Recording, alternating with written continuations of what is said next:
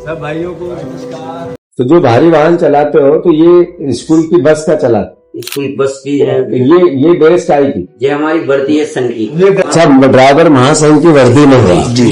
तो आप क्या चलाते हैं?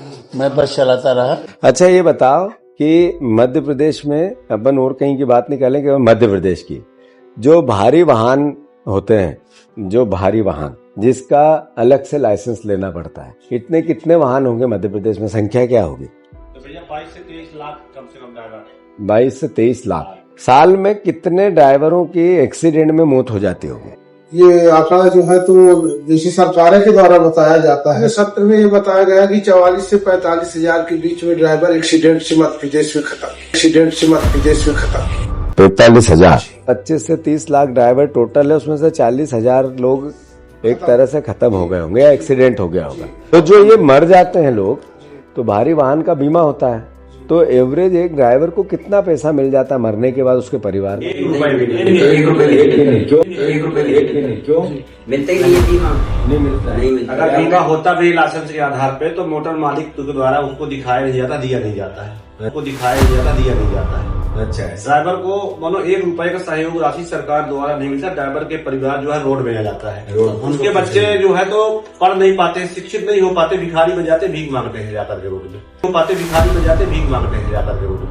गाड़ी चलाते हैं, वहाँ हमें लिखित में नहीं दिया जाता, क्योंकि मैं किस मोटर मालिक के पास गाड़ी चला रहा हूँ, मेरे कोई लिखित में नहीं है।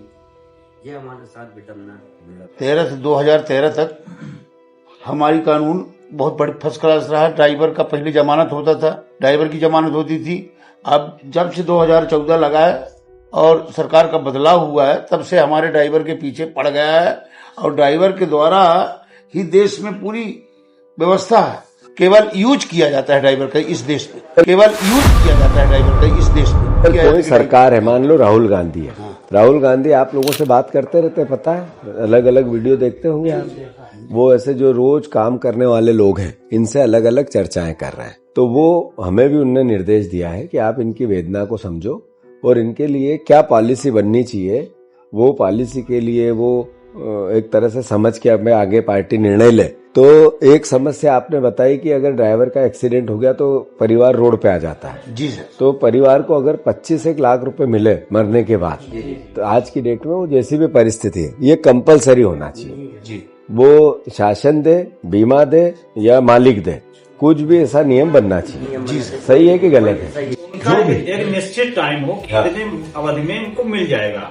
जैसे अभी बीमा भी जो कुछ मिलता है तो उनका परिवार 1 महीने, 6 महीना, साल भर, 2 साल लगातार पेपर लेके दौड़ता रहता, तब जाके कहीं 10 से 12 लाख, 15 लाख जो भी बनता है, लेकिन साल 2 साल दौड़ने के बाद उसका बनता है। ड्राइवरों की कोई जात तो होती नहीं है, समाज है, हर समाज का आदमी ड्राइवर होता है। कट्टरपंथ आता है, वो कट्टरपंथ था तो किस लिए कि भैया देखो हमें वोट दे दो और हम अच्छे हैं, हम ऐसे हैं, हम इनकी रक्षा करेंगे, यही होता है ना मोटिव। तो ये नफरत का असर आपकी लाइन पे कितना आता है, ये पूछ रहा था। तो देखिए, कुछ लोग फैलाते हैं, उनसे ये निवेदन नफरत ना फैलाई जाए। भाईचारा बहुत अच्छे से बना है, भाईचारा बना रहेगा तो उससे अपना बहुत नहीं, पर इसका असर आपके इस व्यापार पे कितना होता है, मतलब आपके काम पे कितना होता है, ये पूछ रहा था। 20 से 25% असर आता है। बिल्कुल। तो मैं ये राहुल जी को भी राहुल जी, ये मध्य प्रदेश के हमारे ड्राइवर एसोसिएशन के लोग हैं, इनकी जो तकलीफ है वो ये है, आप जगह जगह बार बार इस गरीब वर्ग की या रोजमर्रा की जिंदगी में काम डे टू डे करने वाले लोगों की, व्यवसायिक लोगों की चिंता जाहिर करते हैं और उस मुद्दे को उठाते हैं कि जो ड्राइवर कम से कम यहाँ लगभग 30 लाख के आसपास ड्राइवर परिवार है और उसमें से लगभग 30,000, 10% एक्सीडेंट की घात में आते हैं। तो जो 10% आते हैं उसमें 5% लोग मर भी जाते हैं। तो ये 5% लोग जो मरते हैं उनका परिवार दर बदर हो जाता है, फिर उनकी कोई देखरेख वाला नहीं मिलता है।